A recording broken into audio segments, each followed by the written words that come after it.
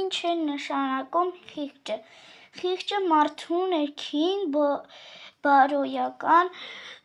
զգացողությունն է, որը օգնում է տարբեր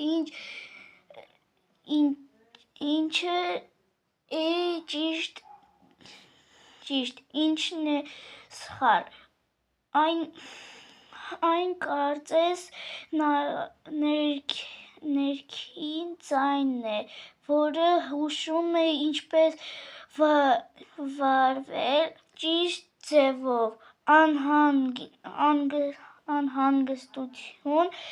է առաջացնում, երբ մարդը սխալ բան է անում, հանգստություն է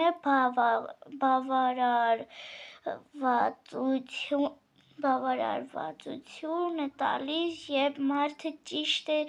վարվում, օրինակ, եթե մարդը խաբում է, հետո իրեն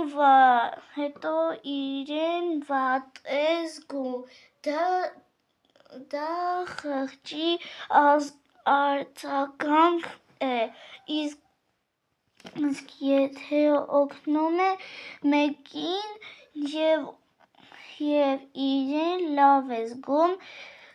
դա նույնպես խղճի ազդեցություն է։